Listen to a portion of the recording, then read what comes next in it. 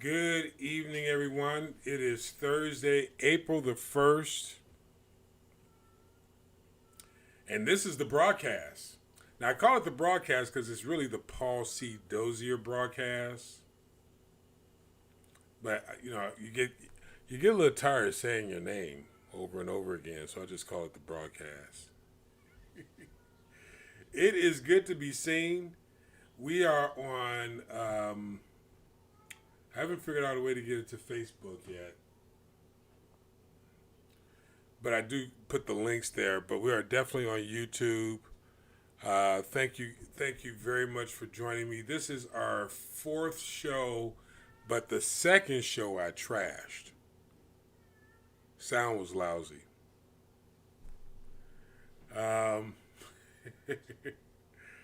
So we got rid of the second show. So technically we have three shows, but this is show number 4, and I'm not changing the order because, maybe I think it's because I'm lazy. So listen, today we're going to be talking about business, and I'm going to be on this series right here, just speaking about black business ownership. Video looks better today. This is good. We're going in the right direction. But we're going to be talking about black business ownership. If you caught the last program, what we were talking about is, how it's a shame that 2.2% of all businesses own 5.7 million businesses, small businesses here in America. Only 2.2% of those businesses are owned by black people. Now, listen, I understand, the white, black, Asian categories and all the other stuff. I don't necessarily buy into that, but it is interesting to me that while the government right now is bragging about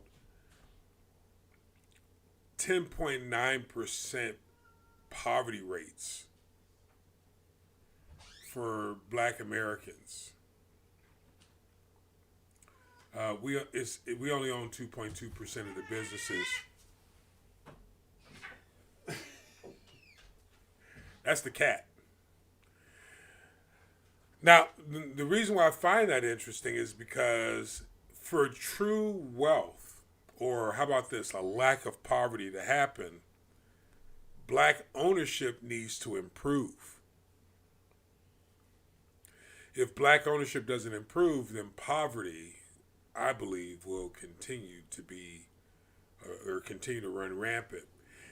I think another thing that was interesting to me about this, because this was on the U.S. Census.gov website, is at 10.9%, that is the lowest it has been in a while, which means it has actually been much higher. That tells me that black-owned businesses are not hiring black people. So, and listen, I know, I'm going to have a lot of black folks watching this. I really hope. And what I'm saying is not that you're not hiring black people, but what I'm saying is the larger black companies are not hiring black people. And listen, I'm not suggesting that they hire all black people, but they're not being hired. But it doesn't help that only 2.2% of all businesses, small businesses, are black. That's a problem. The days of thinking about how much money you can make should be over. If we don't have it, if we don't understand at this stage in our lives, and I'm talking about anyone over the age of 30 in this economy. And when I say this economy, I'm talking about in these times with the advent of the internet and the different types of currencies that are out there, the different types of government programs that are out there, what we're doing here. With all of this opportunity, if we're still concerned about making money, we're missing the point. Because to build a business is not about just making money. It's about changing culture. You know, when Henry Ford created the eight cylinder engine, he was looking to change culture. He was looking to do something that no one has done before. You know, and you can go all the way, you know, W.E.B. Du Bois with the newspaper. As I've read, you know, pretty much taking the wealth that his wife had and putting it all into something to make a difference. You know, I posted something on Facebook because, you know, I get, every once in a while I get someone to challenge me about being successful. And recently someone said something which I have mad respect for this person, by the way. A very smart person. Just not a business owner. Was asking me about, you know, with a certain other business that I have, was asking me about things, and I'm getting what I feel like I need. I could be doing better, of course, but, you know, I'm working on something here.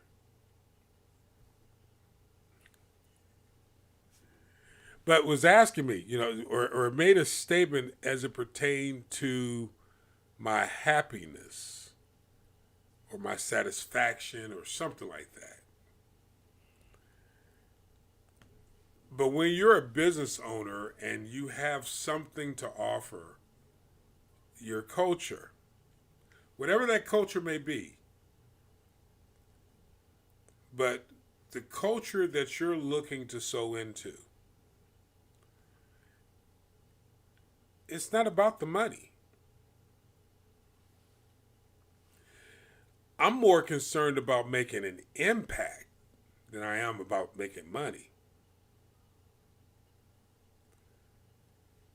You know, if I just want to make money, I can be an employee. You know, I'm not interested in being an employee. I can market myself as a self-employed person. I'm not interested in being a self-employed person.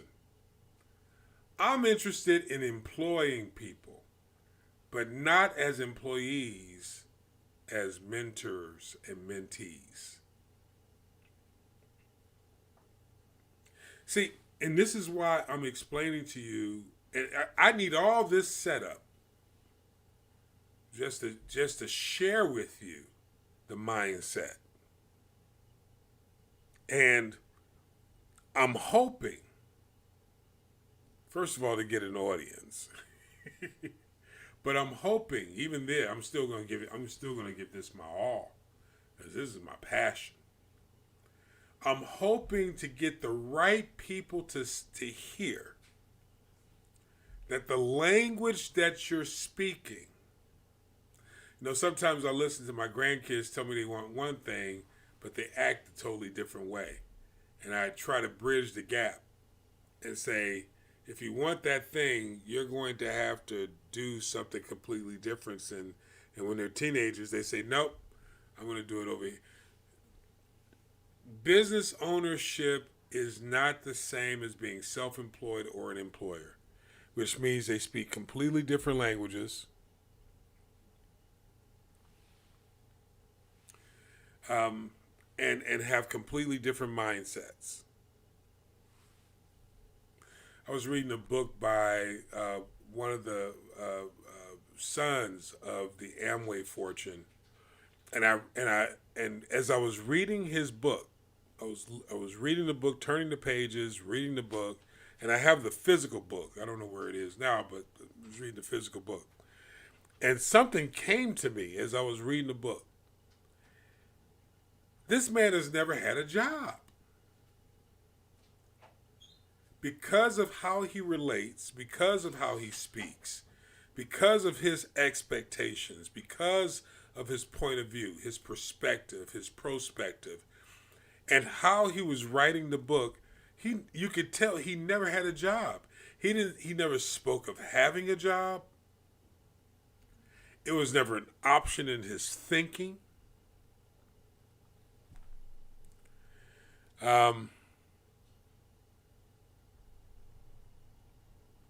It's a completely different mindset. The motivations are completely different. A lot can be said about Bill Gates, but Bill Gates had a father to help get him there. A lot can be said about Tiger Woods, but Tiger Woods had a father to help him get there. There was a mindset that was installed so that these people could understand what it took not to be a golfer or a software engineer, creator of software programs or whatever. It was all about being a business owner. To me, being a business owner is the highest opportunity there is in life.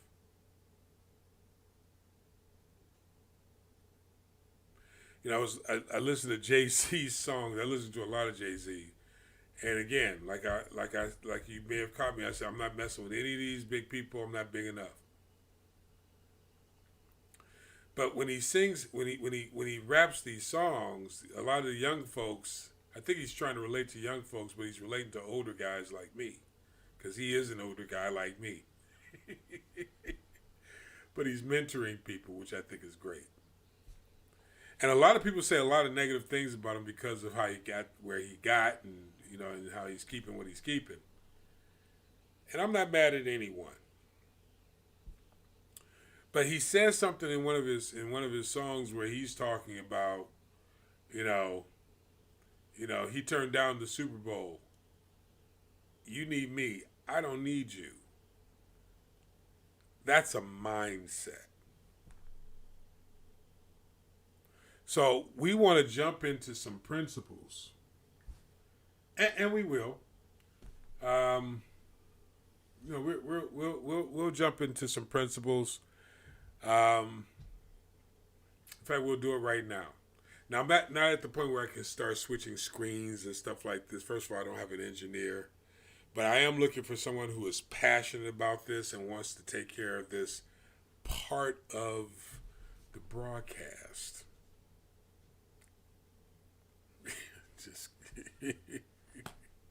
But I do know how to switch scenes. But, it has to be programmed and all this other stuff. So I'm just going to share with you some of the notes, just so you understand. And in fact, what I think I'm going to do, and I'm still thinking about how to do this. I really am. What I think I'm going to do is put it on the website and make them classes.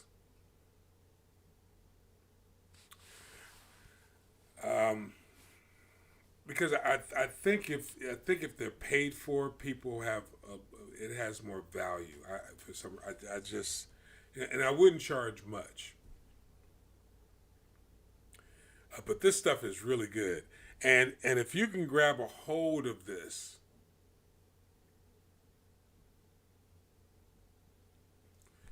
I really believe it'll change your life. So let's start from scratch, talking about being a black business owner. Understanding that we don't have any black businesses in this country. There are none. 2.2% black business ownership. I'm not talking about because you have an LLC. or a nonprofit organization or an S Corp, C Corp. I'm not talking about because you're out there marketing somebody else's product. You're selling $5 jewelry. And I don't really care if you're bragging about how much money you're making. Because chances are I probably won't be impressed by it. And neither should you, because it's not about money. Because money can do nothing but pay bills and you can leave a legacy. You can make impact, but you have to have a heart to make impact. And the people who have a heart to make impact don't think about the money. Because whether they have $1, $10, $100, $1,000, 10,000, 100,000, 1 million, 10 million, 100 million, what's after that? $1 billion? They want to make impact. They'll make impact with their dollar. So there's some basic things that I think we need to have. And we all know you have to have a vision, but let's start here. We're starting now. Don't start listen to what I'm saying. Don't start any business without starting a team first. You do not have a business if you do not have a team.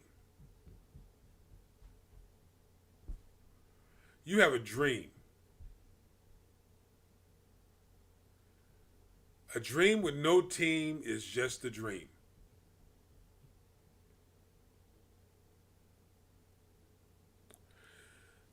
Now, you can debate it. I suggest you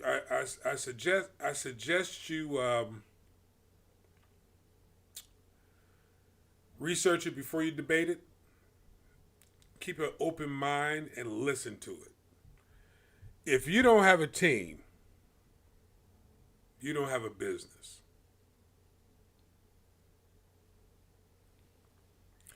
YouTube is telling me I don't have enough video to maintain smooth streaming. So I'm going to do a lot of repeating.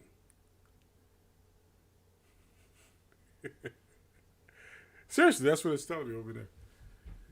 If you don't have a team, you don't have a business. If you don't have someone who's helping you, and let me go a step further. If you're not constantly pursuing relationships. So let me take the word team out of it and put in the word relationships. And let me go a step further. If you're not helping to build someone else's vision up, if you know an accountant and they have a great vision and they're open to you, that should become your accountant. That becomes your team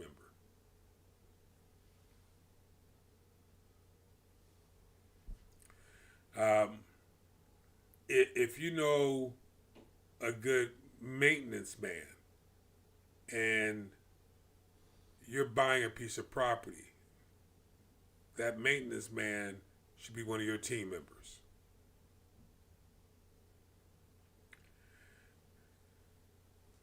So don't start a project without starting a team. At least have someone in mind. It takes a system and a team to have a business. Flat out. You know, if you think you can start a business without having some sort of system, that's the reason why people buy franchises. They buy ready-made systems. So, in building your business, you know, and I understand. I'm not talking to you about, you know, marketing a product. I'm not talking to you about, putting up your logo and going to events and getting your displays. That's how business owners make money. They get people to sell their products. That's how big, because the stream is low. It's telling me the stream is low. They get people to sell their products. You have to start a team, and you have to have a system. This is the reason why people buy into franchises. Now, we've gone from business franchises to self-employed franchises. Franchises like Togo's and McDonald's, and I think they still franchise Burger King or Taco Bell, or I don't know if they franchise Chili's. I think that's one thing. Lucille's Ribs. Come on in. But the idea is, if you're going to start anything, you don't start with selling. You start with a team. You can debate that. We can have a good time. I wish you would. I wish you would. Because listen, you will make yourself extremely busy because you have no system whatsoever. Trying to do everything, not trusting nobody. You don't trust anybody. You think you can do it all yourself. You can't do anything yourself. There's a book called The Effective Executive by Peter Drucker. He says, brilliant men are often strikingly ineffective. They fail to realize that the brilliant insight is not by itself an achievement. They never have learned that insights become effectiveness effectiveness only through hard, systematic work.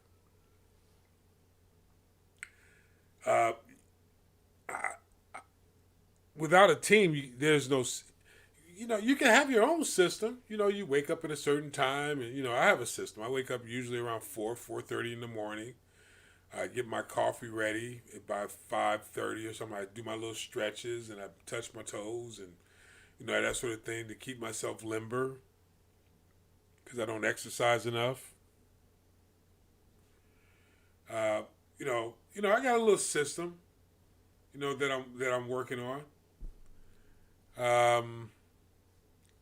Today I think I did three classes, because I had to turn some paperwork into a company. So I took 3 classes before 6:30 or 7. So sure, I have a little system going where I wake up early enough and I go to bed late enough where I can squeeze in, but I'm trading my time for dollars. So trading my time for my task. However, when you have a team, you can multiply your efforts. I think it was James Hunter that says that serving others breaks you free from the shackles of self and self-absorption, because it chokes the joy out of living. You're so self-absorbed about doing what and leadership is all about serving. And business ownership is all about leading. If you're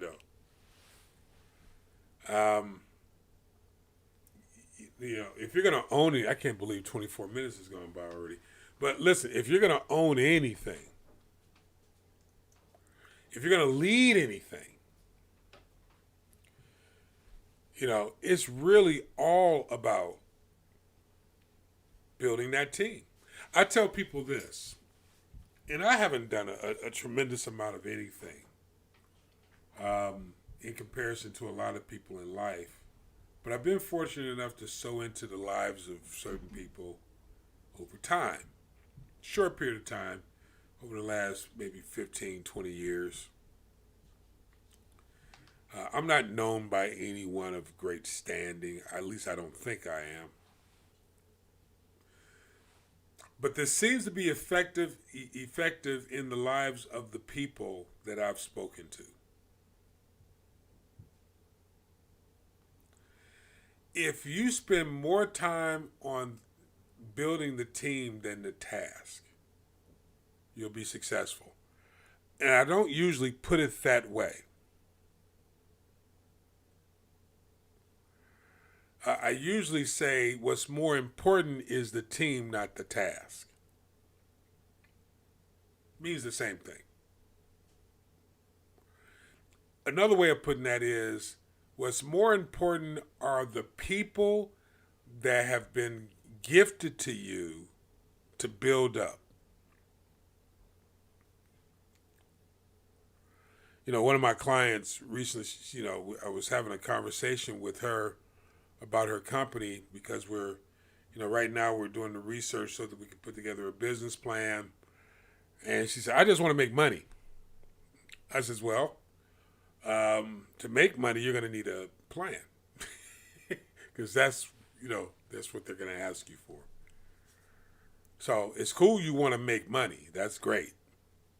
And she didn't mean any harm, but the language of being a business owner is completely different than the language of being self-employed, especially when you've grown up and have learned through the educational system the importance of being employed.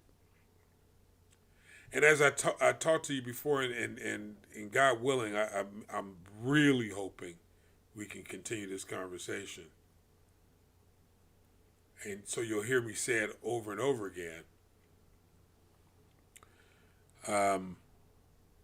Employment is a slavery system. Now that's a tough one to hear, because there's some really rich employed people out there. Now, but you have to ask yourself, why there's so many unhappy employed people out there that feel like they can't quit their jobs and really do what they love to do because they don't want to give up the money, the power, the position.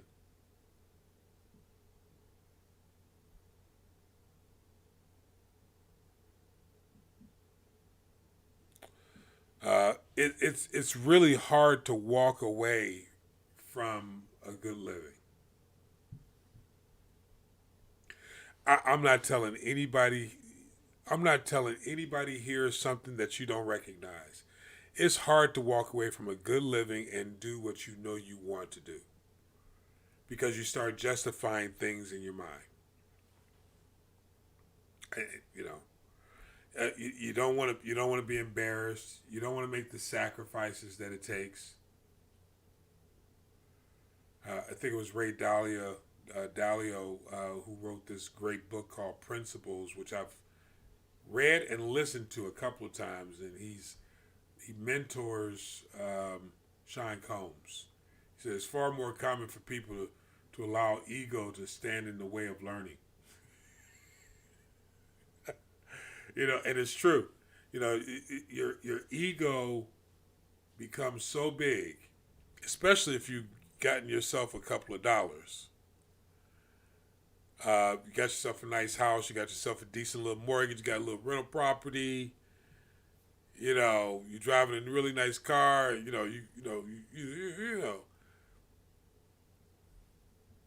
Real easy to let your ego stand in the way of your learning. Because listen, here's the truth: if you don't get out of the bed every day, or every week, or every month, and eventually go to work, if you were to be fired, listen, I know successful people who get great residual income, but if they were fired, they would get no residual income. That's a job. And listen, don't get me. There's nothing wrong with money. I love money, but I don't lust after money, which means I'm not going to compromise the vision that God gives me because somebody says to me, "Here's money." I especially like those people who like me, and so they want to employ me. And if you're paying attention, I'm telling you, employment is slavery.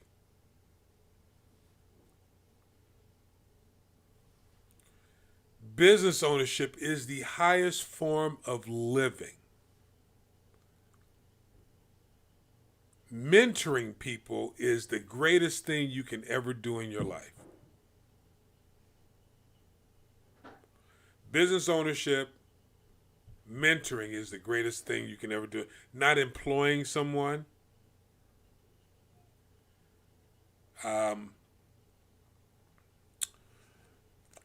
One thing that got on my nerve about the church, I wrote a book called The Christ Culture, The Business of Ministry. And I thought I knew a few people in ministry. So I was a little shocked that, I guess I didn't know enough people. And when I wrote the book, I talked about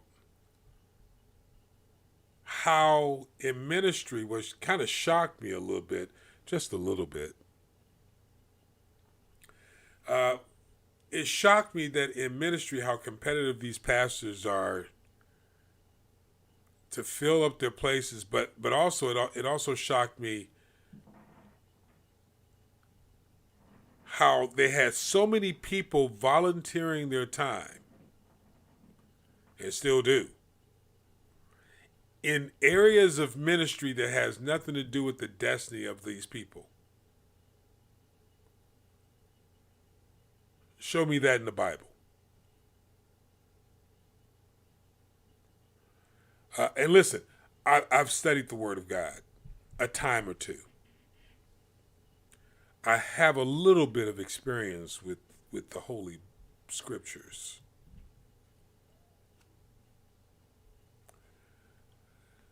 But show me where they turned an accountant into somebody washing the gold fixtures in the Holy of Holies.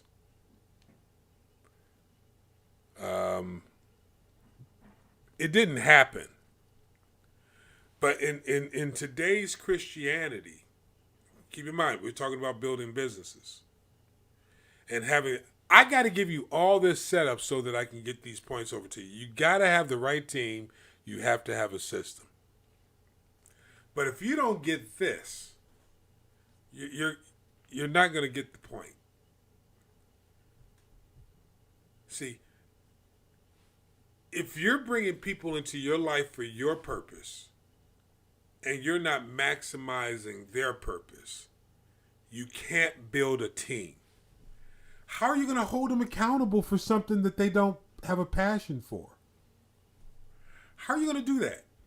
Why would you do that? Why? Why burn out someone else's life because they admire you and your ability, and you're not thinking enough of them to maximize their ability based upon their talent?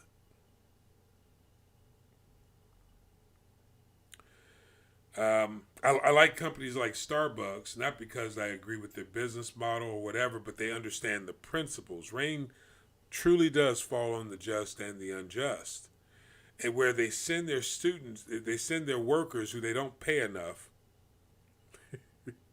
but they send their workers to college. They help them through college. And I don't know what the prerequisites are, this, that, and the other. And they're not sending them there so that they can become better baristas and cashiers. Man, I'm running out of time. There's so much I want to share with you about building businesses. And I just feel like I should say this, Paul, where you get off at? Well, I've been around enough people and have sown into enough lives to see the patterns. Systems are patterns. There has to be a certain amount of obedience and a certain amount of sacrifice within the patterns. So, and we'll talk more about this so that you understand it. But here's one of the problems that we have to get over quickly. If you're talking about being in business, this is something truly you have to get over. If business owners don't see problems as something that's so insurmountable that they can't overcome them, so therefore that's my excuse. The Lord didn't bless me. He didn't provide a way. He didn't make a way out of no way. So therefore, it's not God's will because, these problems keep coming up. No. You see, a business owner sees a problem, and I'm not talking about positive thinking. I believe in right thinking. Look, being a business owner is a mindset. You're going to get this when you're going to get what I'm saying. Being a business owner is a mindset. We're talking about transforming your overall thought about how anything and everything works. Completely seeing it from a different perspective than you're seeing it right now. Because most of you guys are more concerned about how much I can get paid than who can I meet? Who can I partner with? Not understanding that all these people know people. And it's more important to develop your relationships. Where do you think favor comes from? All you Christians, how do you think Jesus grew with favor with God and man?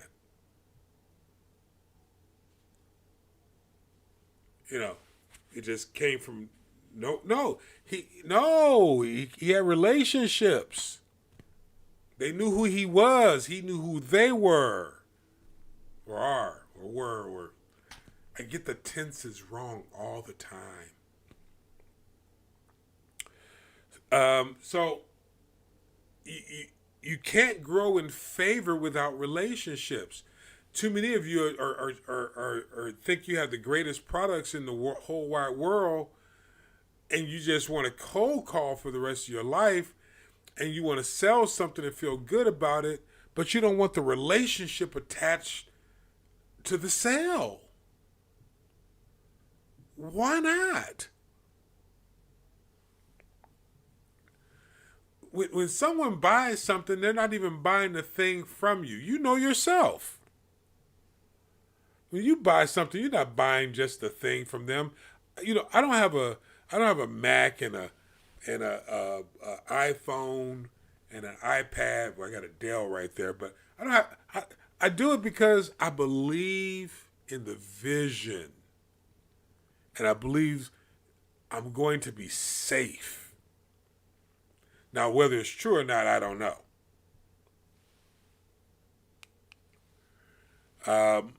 Because certainly my laptop is not the best laptop in the world. And nor do I need the best laptop in the world. I need a good relationship with companies and individuals that I can depend on. That's the way a business owner works. That's the way a business owner thinks. Not how much am I going to get paid per hour. Per hour?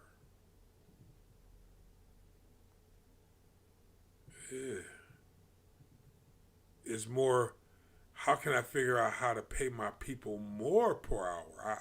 I want to think more like that. All right, so you have to be willing to see problems. I hope you're following me. But you have to be willing to see problems differently. You don't achieve happiness by getting rid of problems. You achieve it by learning from the problems. Another one from Principles. The book Principles by Ray Dalio.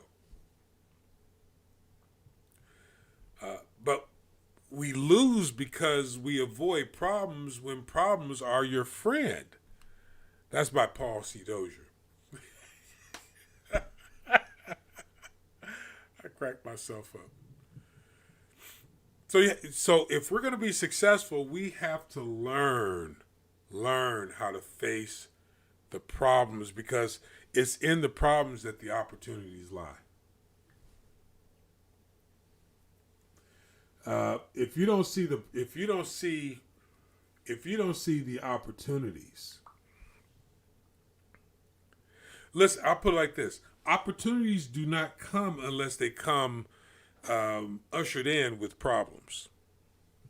So if you have problems, opportunity just walked in the door.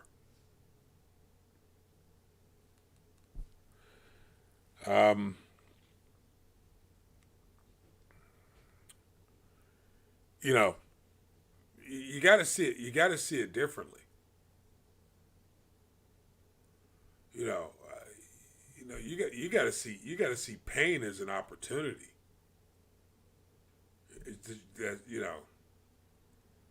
If you can't see that, but you can't avoid confronting your problems. Or listen, every time you start a business, you will give up. I've done it. I've given up many, many times. Thank you very much. I remember talking to a buddy of mine named Anthony. I'm not going to say his last name. I didn't get his permission. And I was starting a church, and I walked away from the car business, and I had so many people in my head about starting a church. And being honest with me, it probably wasn't. Being honest with myself, it probably wasn't the thing to do. But all those people that said that they were going to be a part of it, and it wasn't, when I say all, the team I thought I put together, I think the motives were just wrong with the few people that were interested in doing. Because as soon as we ran across a problem, they were gone. They were gone. They were gone. They were gone.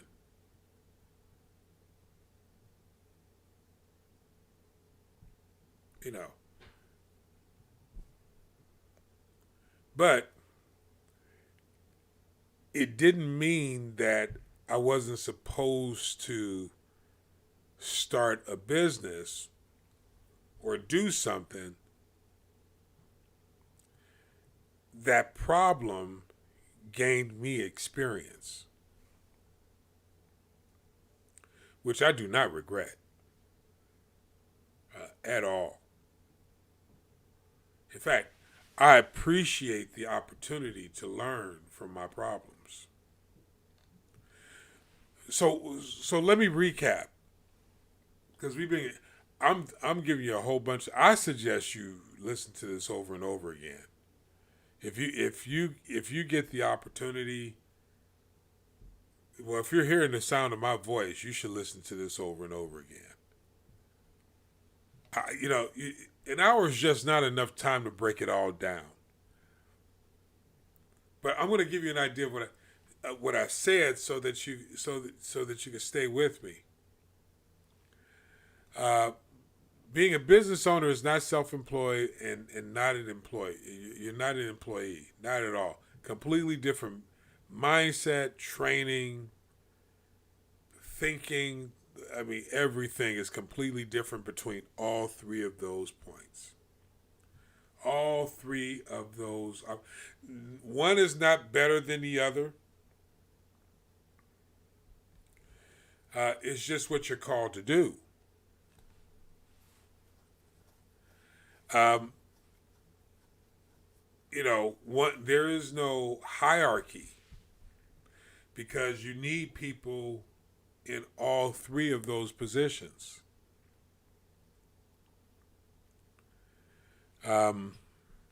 Just because I'm a business owner doesn't mean because you're self-employed that you're any better or I'm any better than you or you're any better than me. No, I mean, there are 12 different tribes. 12 tribes, 13, some people would argue. They all played a part because we need the collaborative spirit of operating with all three. I personally don't believe in employment as traditionally as other people believe in it. I believe in mentoring. So I believe that is an apprentice. I look at what you would call an employee. I would call an apprentice. You get to choose your apprentices who want to learn from you because they respect your leadership. If they don't respect your leadership, then they can't be your apprentice. Now, I don't care if you pay them or not.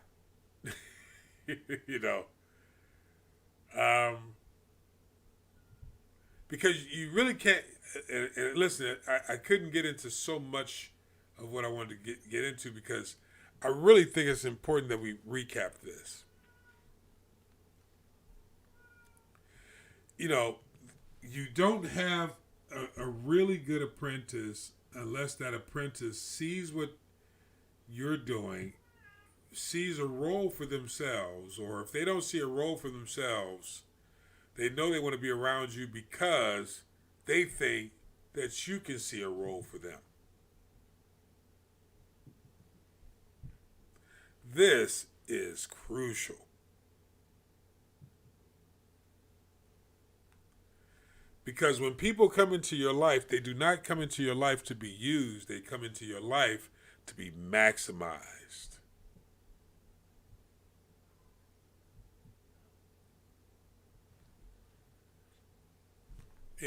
If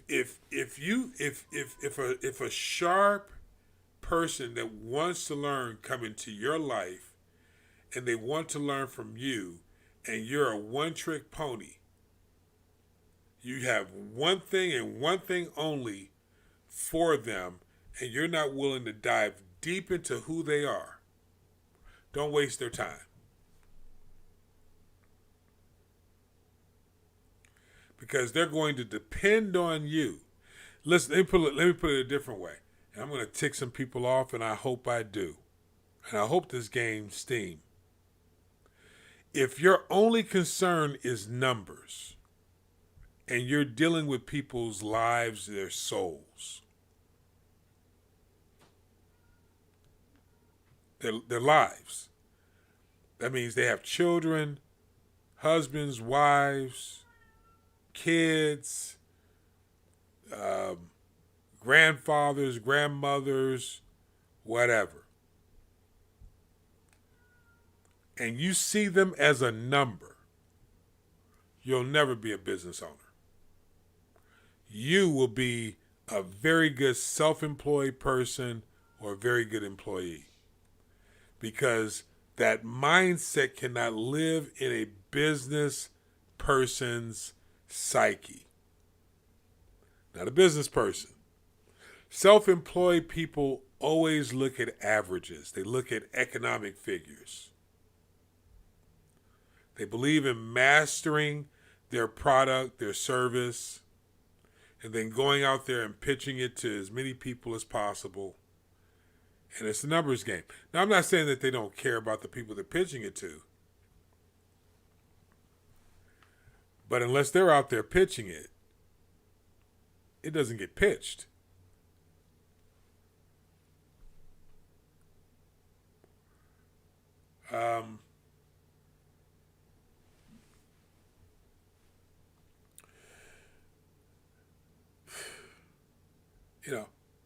Because to be a business owner, you have to, the people that are coming to you have to help them find what's best for them so that it's not even work for them anymore.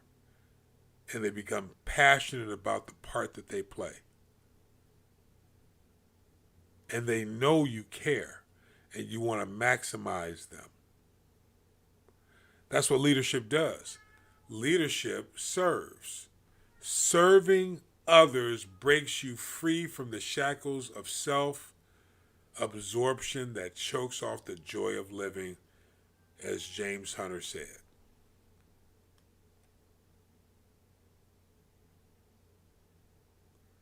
You know, I want to live with joy. So if I bring in the right apprentices, which is my team, part of my team, because my mentors are also part of my team, those who have my best interests in mind. So I know when I go and I sit down with them, I talk with them, or they're working side by side with me, that they have my best interests in mind. I have my mentee's best interests in mind, and I'm collaborating, and then I'm choosing vendors and that sort of thing, and we're all partnering. So now that I have a team together and I have a system in place, I hope you're following me, because we're talking about starting a business from scratch, right? Black-owned businesses. This is it. I haven't gotten to the widget yet. I haven't started talking about the widgets. I'm talking about building the relationships first. I haven't talked about mastering the craft yet. It's not where it starts. Sure, you have to go there.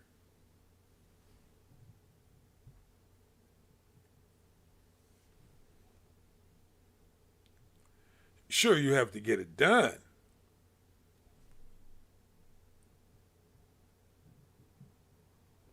Sure, all these things play a part. But if we're starting a business, listen, I don't want to develop anything without my team in place. Why? Because I need the diversity of the team's input. I'm not a dictator. The multiplication principle requires the involvement of a greater mass than one. The multiplication principle requires the participation of something greater than just one. And for you Christian folks, even God divided himself up into three in two different realms. Technically 6. And if I go a step further than that, wisdom is 3 within wisdom's self. What a beautiful woman she is. Now, you don't need wisdom in heaven, so, that's for down here. It involves time. But we're not going to go there. But the point is, you need something greater than one. So, do I want to get off into the other minutia of creation without building the right team? Well, for me, the answer is no. Because I want the input. So I want mentors. I want mentees. I actually said that backwards. I want mentees. I want mentors. I want partnerships. I want vendors. I want relationships socially. I want it all. And then in doing that, then I want to create a brand. And we'll get off into that another time because we're running out of time.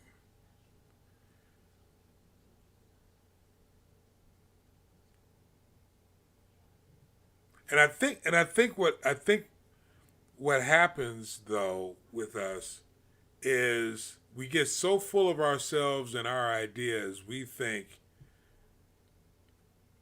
that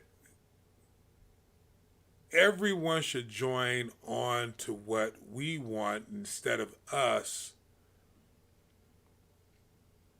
focusing in on the needs of the people that are brought to us. I don't remember. I'm looking at his face and his body type. But he has a huge church in Orange County, California. I read his book about churches. I can't even. Let's see. What's the name of the church? Or what's the name of the? Oh God. Anyway, but he did something that was very relatable because. The Barnett family did the same thing in Los Angeles when they bought the temple, and they built that organization in Los Angeles. Did the same thing. Who also did the same thing as other people, and that was this: they went off into their community, and they asked the people in their community first, "What do you have need of from a church?"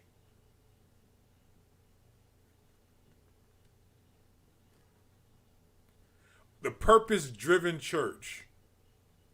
What's that guy's name? I forgot his name. Anyway, I think he said he set up a table.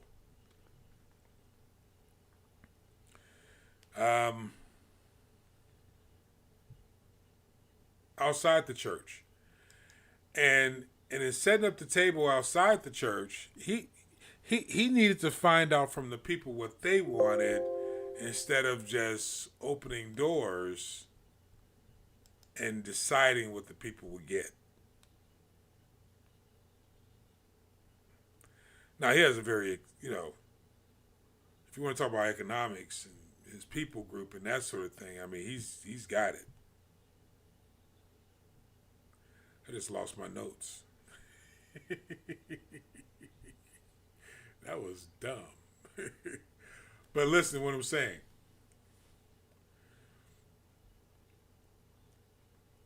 The mindset of a business owner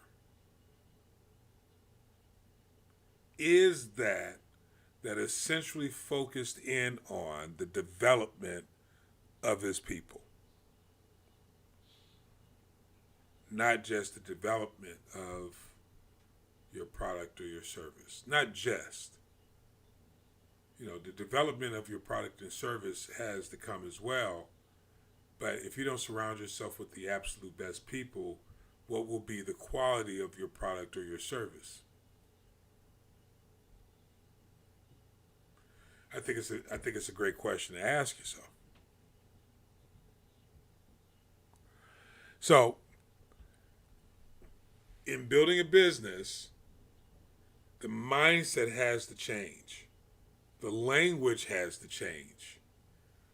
Your perspective of the opportunities that land in front of you has to change.